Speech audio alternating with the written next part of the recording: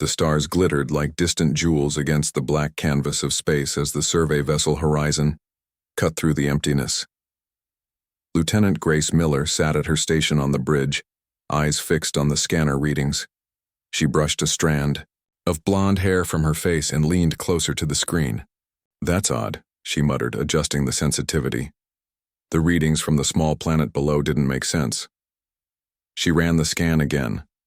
The planet, officially designated XC249, orbited a dim red star at the edge of charted space. It was small and rocky with a thin atmosphere and scattered bodies of water. Nothing remarkable by most standards. Yet something about the readings made Grace's heart beat faster. "Captain Owens," she called, not taking her eyes off the screen. "I think you need to see this." Captain Peter Owens crossed the bridge with measured steps. At 53, he was one of the most experienced captains in the United Earth Space, command with silver hair and eyes that had seen more of the universe than most. "What have you found, Lieutenant?" he asked, his voice calm and steady. "Life signs, sir, but they're strange." Grace adjusted the display to show the captain. "They're incredibly faint, almost like they're fading in and out of our sensors."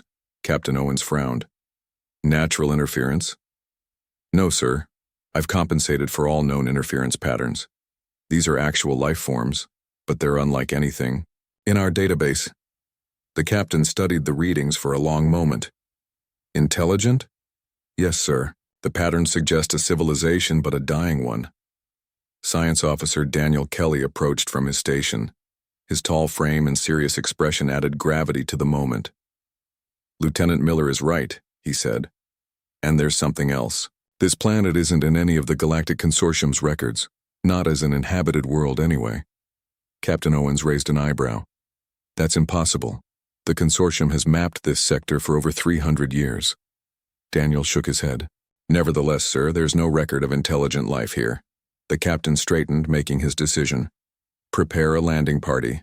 Lieutenant Miller, Officer Kelly, you're with me. And get Dr. Lewis from medical." Grace felt a flutter of excitement mixed with apprehension. First contact situations were rare, especially for survey vessels like the Horizon. 90 minutes later, Grace stood in the shuttle bay, checking her environmental suit.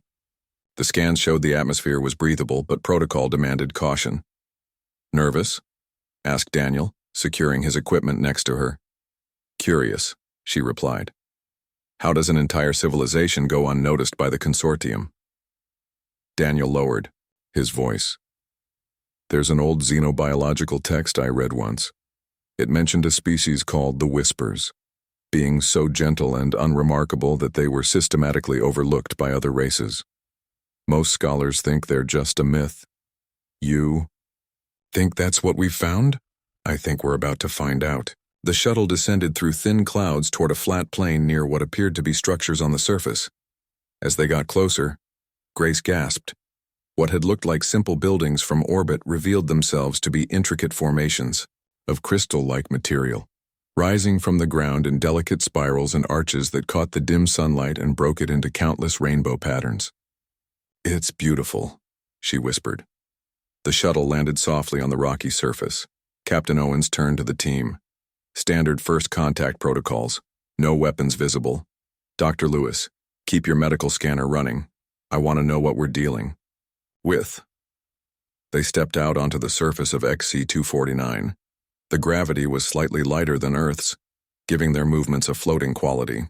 The air was thin but sweet, carrying strange musical tones that seemed to come from the crystal structures themselves. "Sir?" Daniel called, pointing. "Movement." At first, Grace couldn't see anything. Then, as if adjusting to a new way of seeing, she began to make out shapes moving between the crystal formations. They were hard to focus on, semi-transparent beings that bent light around them like living mirages. "They're beautiful," Dr. Lewis breathed. The beings moved toward the humans with slow, flowing motions. Up close, Grace could see they had roughly humanoid shapes, but their bodies seemed to be made of light and mist. They stood about 5 feet tall with large luminous eyes that took up most of what might be called their faces. Captain Owens stepped forward, hands open in the universal gesture of peace. I am Captain Peter Owens of the United Earth Space Command vessel Horizon. We come in peace." The beings paused, gathering closer together. Then one moved forward, its form becoming slightly more solid as it approached. It raised what appeared to be a hand, though the fingers were long and seemed to blur at the edges. Dr. Lewis activated the universal translator, adjusting it to pick up any form of communication. For several long moments, nothing happened. Then, like a radio finding, the right frequency words began to form. "You see us?" The voice in the translator was soft and musical, filled with what sounded like wonder. "Yes," the captain replied. "We see you." The being's form rippled, and Grace realized it was a gesture of emotion. "None have seen us. In 7,000 cycles." The words hung in the air, filled with loneliness and disbelief. "What are you called?" Daniel asked gently. "We have no name for ourselves that others would understand. Some once called us whispers." Daniel shot Grace a look of amazement. His myth was real. "Why has no one seen you?" Captain Owens asked. The being's form dimmed slightly. "We are easy to overlook. It is our nature. We do not burn bright. We do not make noise. We simply are." "But you're dying," Dr. Lewis said, studying her medical scanner. "Your life signs are fading." "Yes." The word carried centuries of resignation.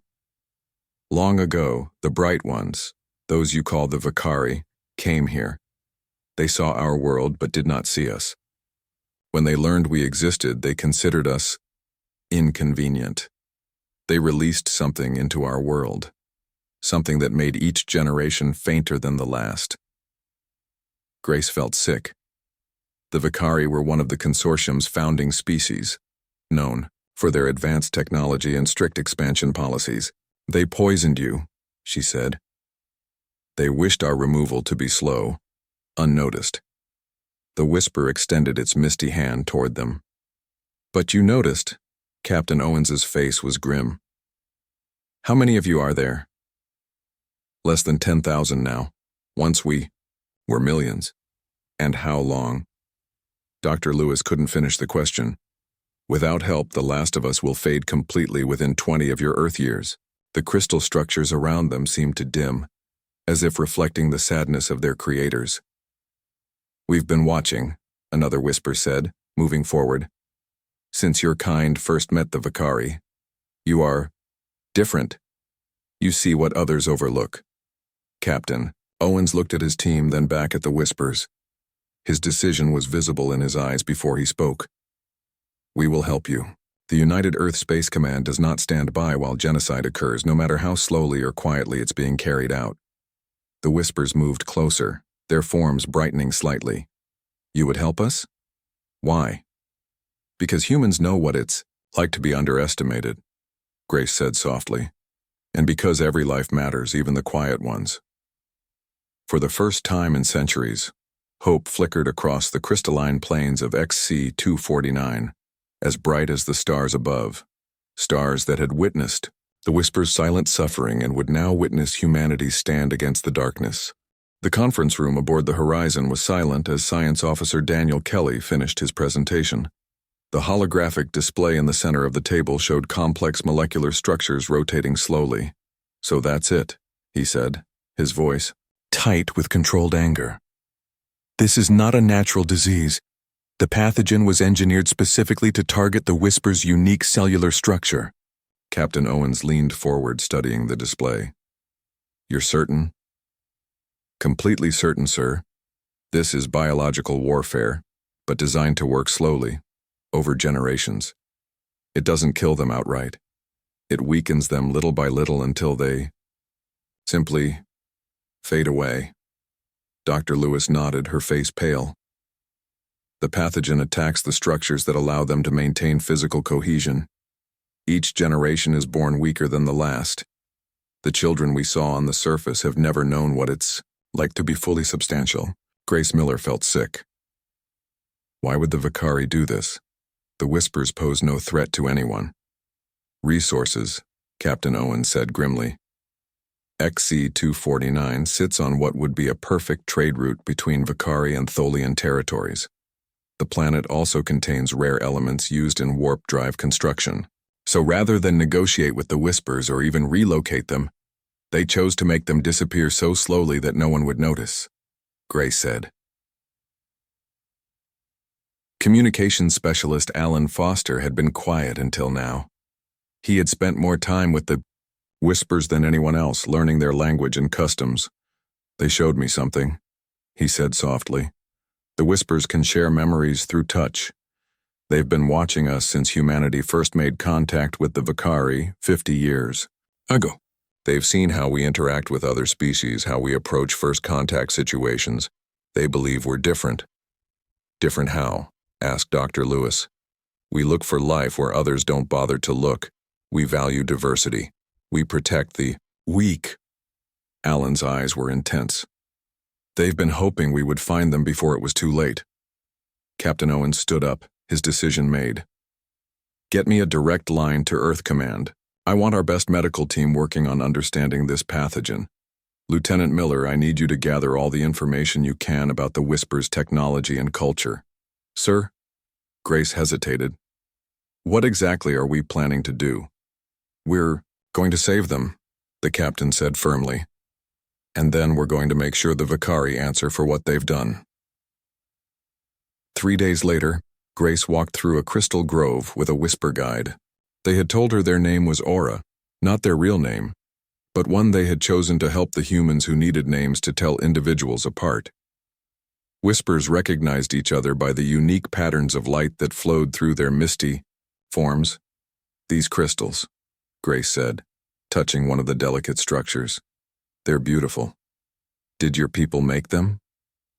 Yes and no, Aura replied, their voice coming through the translator with a musical quality. We grew them. They are part of us in a way humans might not understand. The crystals amplify our abilities. What kind of abilities? In answer, Aura placed a ghostly hand on one of the larger crystals. Immediately, the entire grove lit up with patterns of light that danced between the structures. Images began to form in the air, scenes from the Whispers' past. Grace saw vast cities of crystal, far more extensive than the ruins that remained. She saw Whispers flying through the air, their bodies far more substantial and radiant than they were now. She saw them shaping the crystals with their thoughts, creating art and technology so beautiful it brought tears to her eyes. This was us, Aura said softly. Before the fading began, the images shifted to show large ships descending from the sky. The Vakari, tall reptilian beings with advanced technology. They came 300 of your years ago, Aura continued. They tested the air, the water, the soil. They never saw us watching them. When they finally noticed our cities, they sent teams to investigate. We tried to communicate, but they could barely perceive us. We were too quiet, too gentle for their senses. The scene changed again, showing Vakari scientists releasing something into the atmosphere. After that, each generation of our children was born fainter than the last. Our connection to the crystals weakened, our abilities diminished, the display faded, and the grove returned to its normal state. You never fought back? Grace asked. Violence is not our way. We have never harmed another species. We hoped the Vakari would eventually see us, truly see us. By the time we realized, they had decided to remove us. We were already too weak to reach out to other civilizations for help. Grace touched Aura's arm, feeling a slight tingle as her hand passed partly through the misty substance. We see you now, and we will help you. Back on the horizon, Alan Foster was making a breakthrough with the Whispers' technology. The crystal structures were not just art. They were sophisticated machines that operated through the interaction of light and sound. It's incredible, he told Captain Owens as they examined a small crystal device. Their entire technology is based on principles we're only beginning to understand. The crystals can store massive amounts of information, and the Whispers can access it directly through their light manipulation abilities. Can it help us cure them? The captain asked. Maybe. The device contains their medical knowledge. Centuries of it. If we can fully decode it, it might give Dr. Lewis the key to counteracting the pathogen. In the medical bay, Dr. Lewis and her team worked around the clock, analyzing samples and running simulations. A small group of whispers had volunteered to undergo tests, hoping their bodies might provide the answers needed for a cure. The pathogen is complex, Dr. Lewis explained to one of the elder whispers. It was designed to be undetectable and irreversible, with your level of technology. But human medicine takes a different approach. We might be able to develop a treatment. The elder whisper, who called himself Echo, glowed faintly. Even if you cannot cure us, you have given us something we had lost. What's that? Asked Dr. Lewis. Hope. On the bridge, Captain Owens received the message he had been waiting for. Earth Command had reviewed his report and reached a decision. Lieutenant Miller, he called. Set course for Earth. Maximum warp. Grace looked up from her station. Earth? Sir, what about the whispers? We're taking representatives with us, those who are willing to travel. The Earth Alliance Council wants to hear their story directly, and the Vicari ambassador has been summoned to answer for his government's actions. Alan Foster looked concerned.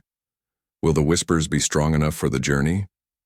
Dr. Lewis is preparing special quarters for them, with crystal structures to help sustain them. The captain's face was determined. This isn't just about saving one species anymore. This is about justice and making sure nothing like this ever happens again. As the horizon broke orbit, the whispers watched from the observation deck. Below them, their dying world grew smaller, a blue-green gem in the blackness of space.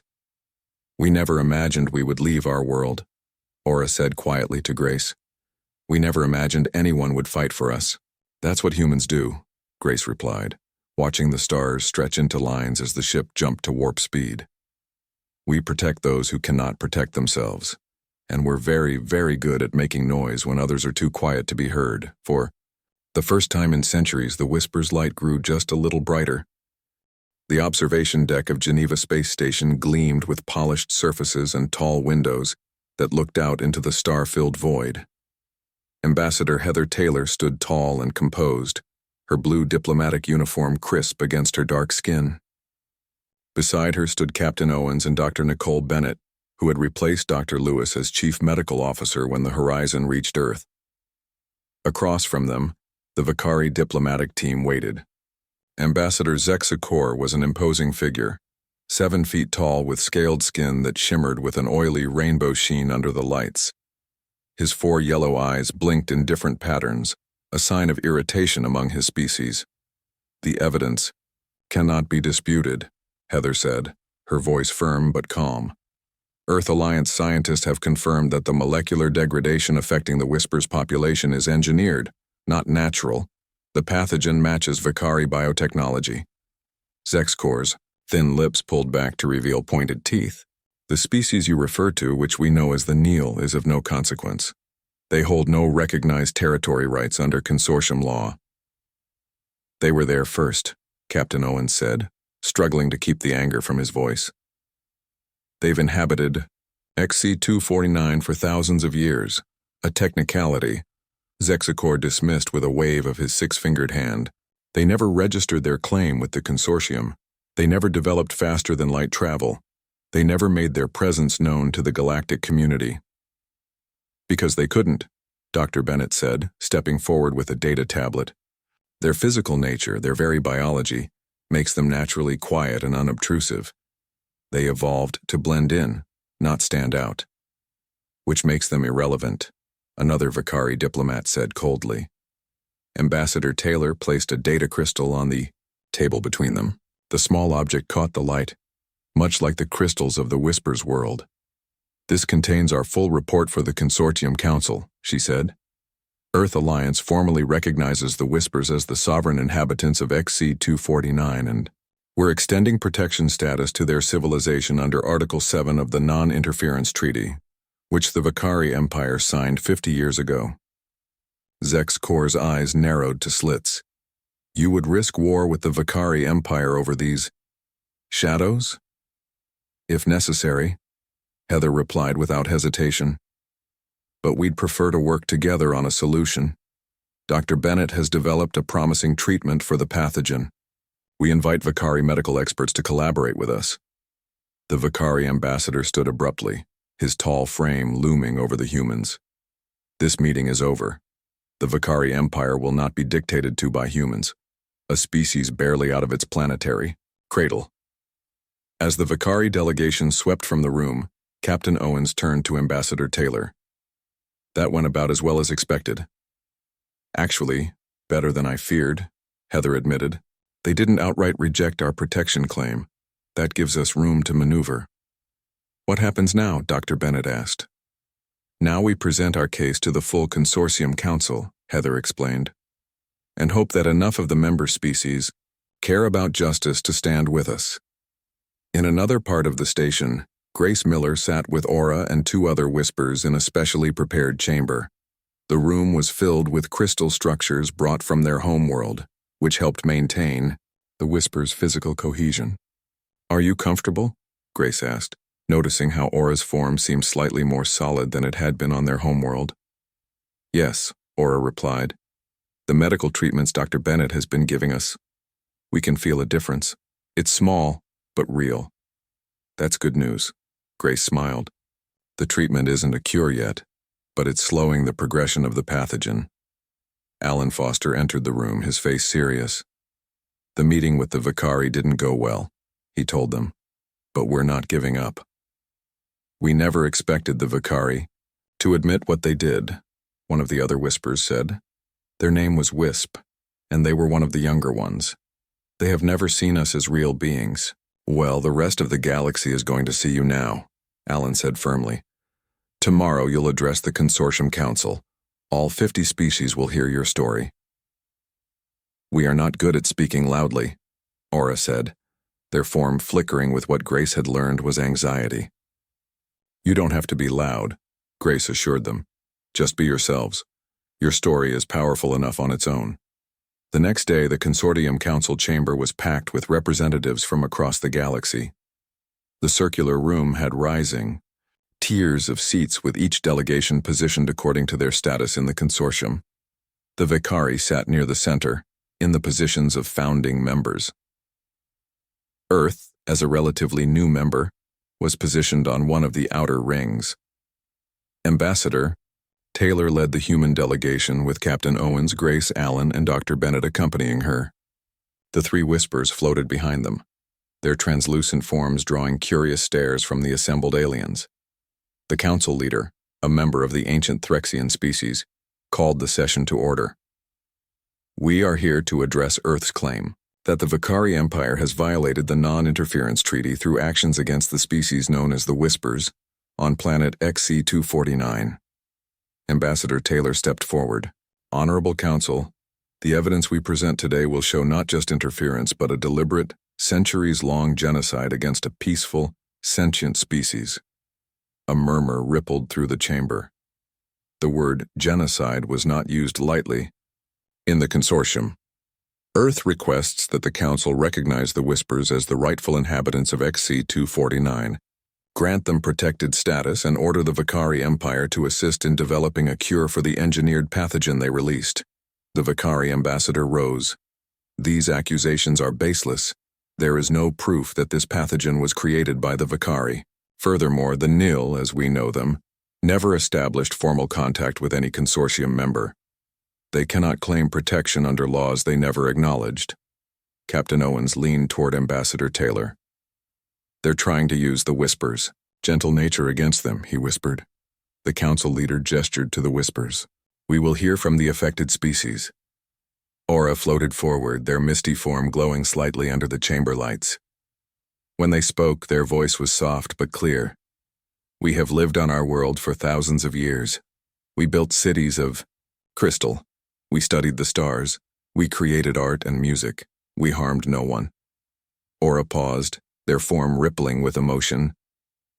When the Vakari came, we tried to welcome them, but they could barely see us. We were too quiet, too different. Then they released something into our air and water. With each new generation, we grew fainter. Our children were born already fading. The chamber was silent as Aura continued. We did not know how to reach out to other worlds. We did not know how to make ourselves heard. We watched our people slowly disappearing until the humans found us. They saw us when no one else would. Look. As Aura finished speaking, they did something unexpected. Their form expanded, and suddenly the council chamber was filled with light. Images appeared around them, the Whispers world as it once was, the arrival of the Vakari ships, the release of the pathogen, and the slow decline of their civilization. When the light faded, many of the council members were visibly moved. Even some of the Vakari delegation looked uncomfortable. The council leader spoke.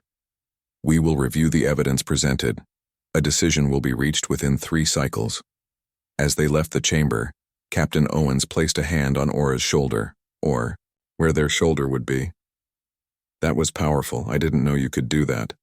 "It took all our strength," Aura admitted, their form dimmer than before. "But it was worth it to be truly seen." Grace looked back at the council chamber. "Do you think they'll help us?" "I don't know," Captain Owens said honestly. "But one thing is certain. The Whispers are not invisible anymore." The makeshift medical facility on XC-249 hummed with activity. Dr. Nicole Bennett moved between beds where Whispers rested, their translucent forms now visibly more solid than they had been just weeks ago. The cure, developed through an unlikely collaboration between human and, surprisingly, Vakari scientists, was working.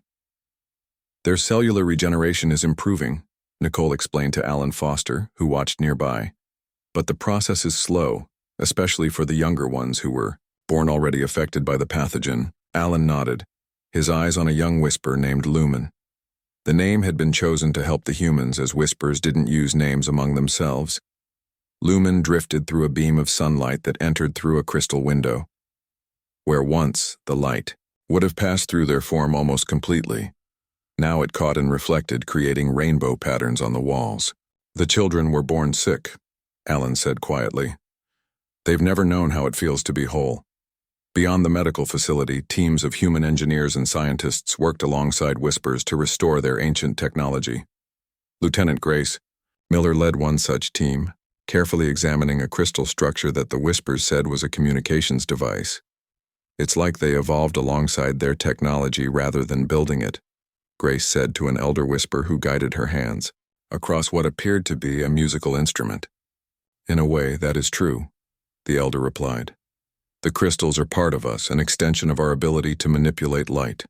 Before the fading, we could shape them with our thoughts alone." 3 months had passed since the Consortium Council's ruling.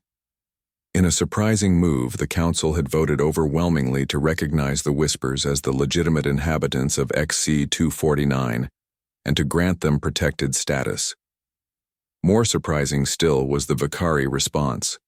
Faced with the combined pressure of Earth and a majority of the Consortium species, the Vakari Empire had publicly acknowledged their wrongdoing. They agreed to contribute their advanced biological expertise to developing a cure for the pathogen they had created centuries ago. Of course, not all humans believed the Vakari's change of heart was genuine. "They're only helping because they were caught," Captain Owens said to Professor Sam Rivera, who had arrived with the latest group of specialists from Earth. "If we hadn't found the Whispers, the Vakari would have happily let them fade away completely." "Perhaps," Sam agreed as they walked through a crystal garden. "But motives matter less than actions right now. The Vakari scientists are genuinely helpful. They understand the pathogen better than anyone, since their ancestors created it." Captain Owens, now promoted to Admiral for his role in the first contact, nodded reluctantly. "You're right. I just find it hard to forgive what they did." "Forgiveness may come with time," Sam said. "The important thing is that the Whispers are being healed, and their civilization has a chance to flourish again." Near the original landing site, a group of Whisper children worked with human children from the families of the scientists and engineers who had relocated temporarily to XC-249. Together they were building a small crystal structure, with the Whisper children showing the humans how to place each piece to catch the light just right. Alan Foster watched them with a smile. A month ago, those Whisper children couldn't have picked up those crystal pieces. They would have passed right through their hands. Grace joined him, looking tired but happy. The treatments are working faster than we expected. Dr. Bennett thinks the younger ones might actually recover completely within a year. And the adults? Slower progress, but still improving. The elders may never regain all that they lost, but they'll live to see their civilization reborn. A soft musical tone interrupted them, the Whisper's way of requesting attention. They turned to see Aura approaching, their form noticeably more substantial than before. "The High Council wishes to speak with you," Aura said. "They have made an important decision." The High Council consisted of 7 of the oldest Whispers. Despite the medical treatments, they remained the faintest of their kind, having lived with the pathogen the longest. They waited in a large crystal chamber at the heart of what had once been a great city. Admiral Owens, Grace, Allen, Dr. Bennett, and Professor Rivera gathered before them.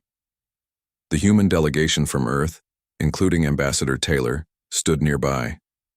"We have decided," the lead council member began, "to share our most precious gift with you, the memory of our beginning, so that it will not be lost, even if we should fade."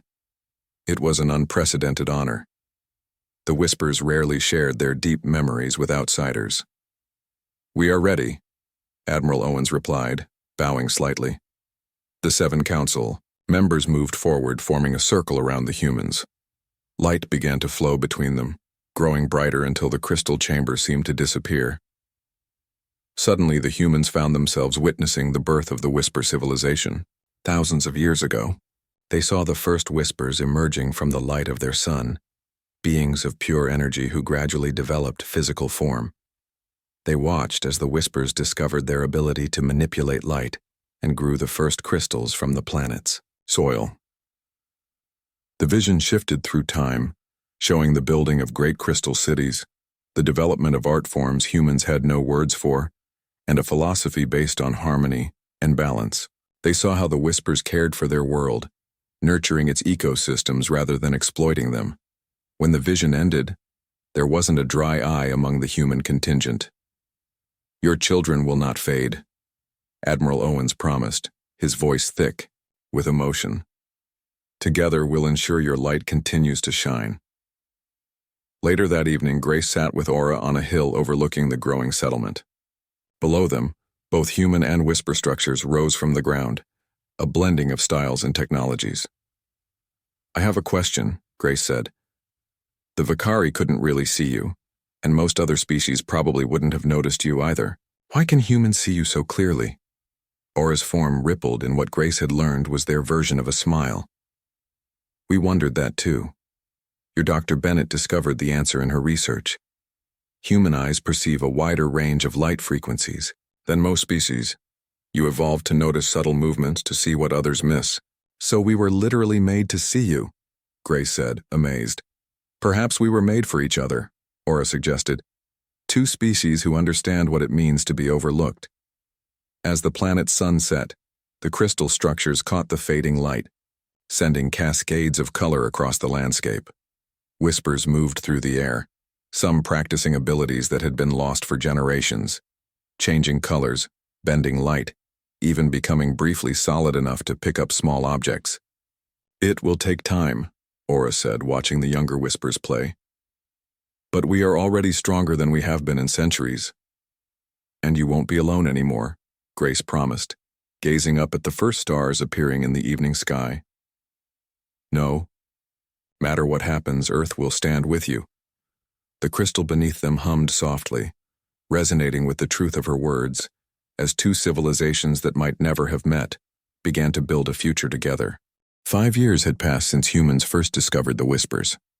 The observation deck of the newly completed Harmony Station orbited XC-249, now officially renamed Lumeria in all galactic charts. The station gleamed like a silver and crystal flower, built through the combined efforts of humans and the newly strengthened Whispers, now called Lumerians.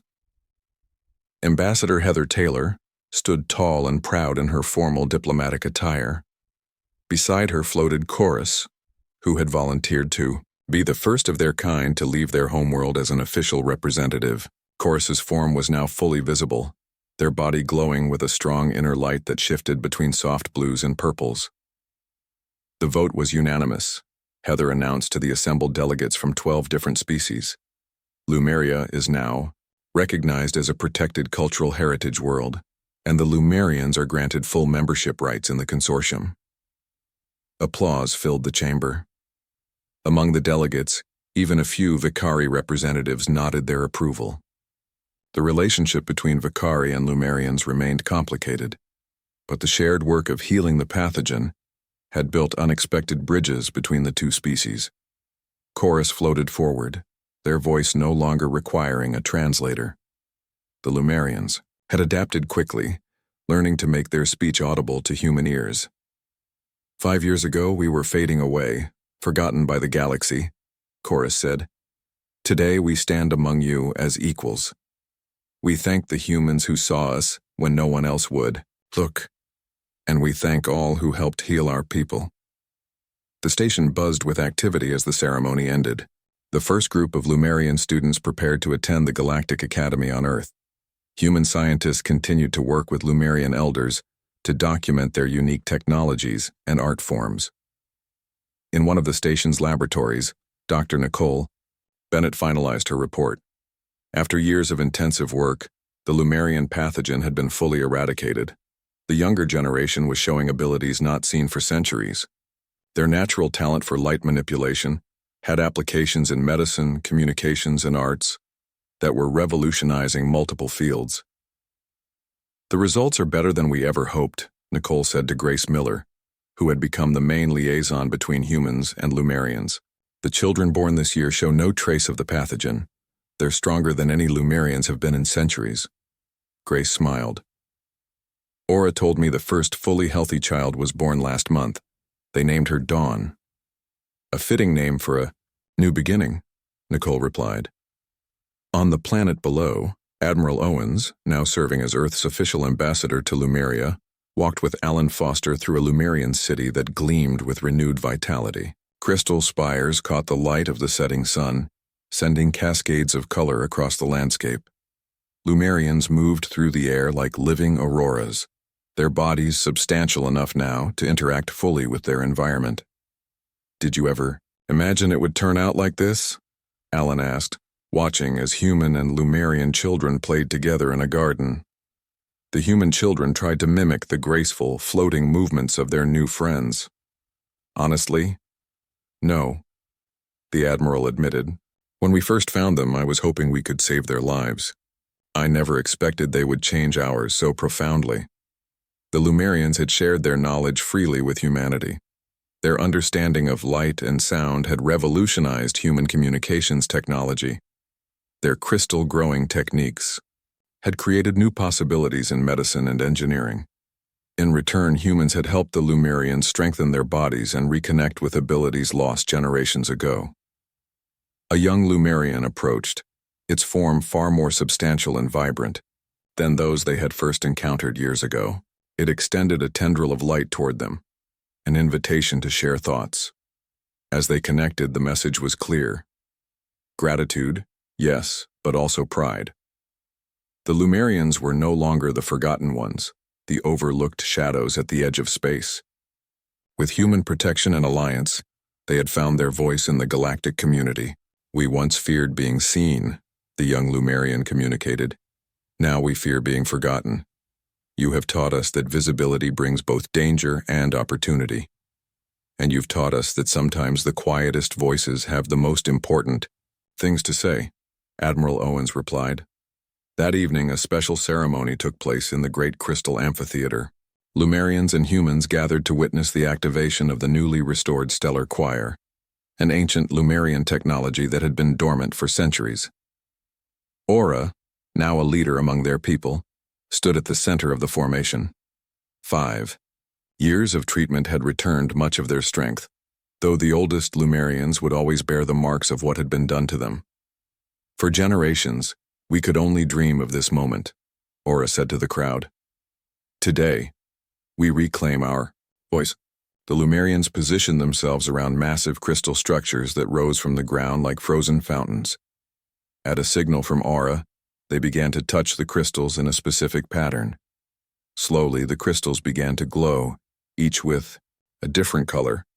Then came the sound, a harmony so beautiful it brought tears to human eyes. The music swelled and grew, rising up through the atmosphere. The light from the crystal shot upward in beams that reached into space itself, visible from orbiting ships. "What is it doing?" Grace asked, standing beside Aura. "It is our message. To the stars," Aura explained. "For thousands of years before the fading, we sent our music into space, hoping other civilizations might hear us. Today we begin again.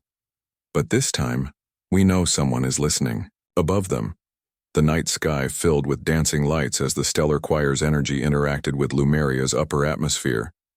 It was a display of beauty and harmony that symbolized the Lumerians' return. In orbit, aboard the Harmony Station, Dr. Bennett watched the light show with Ambassador Taylor. "You know what the most remarkable thing is?" Heather said. "If our survey ship had been just a little bit off course, we might never have found them. Or if we hadn't had the right equipment to detect their faint life signs," Nicole added. "Sometimes, the universe puts the right people in the right place at the right time," Heather said. "And sometimes all it takes to change history is the willingness to look a little closer at what everyone else has overlooked."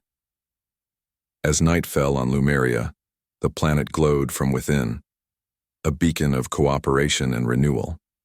Space traffic controllers reported a record number of vessels requesting permission to visit, carrying scientists, artists, and diplomats eager to learn from the Lumerians. The race that every civilization had overlooked had become impossible to ignore. And humanity, in choosing to protect rather than exploit, had found not just an ally but a mirror, a reminder of their own better nature among the stars.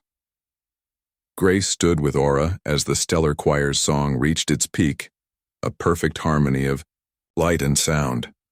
"What does the song say?" she asked. Aura's form shimmered with joy. "It says, 'We are here. We have always been here. And now, at last, we are seen.'"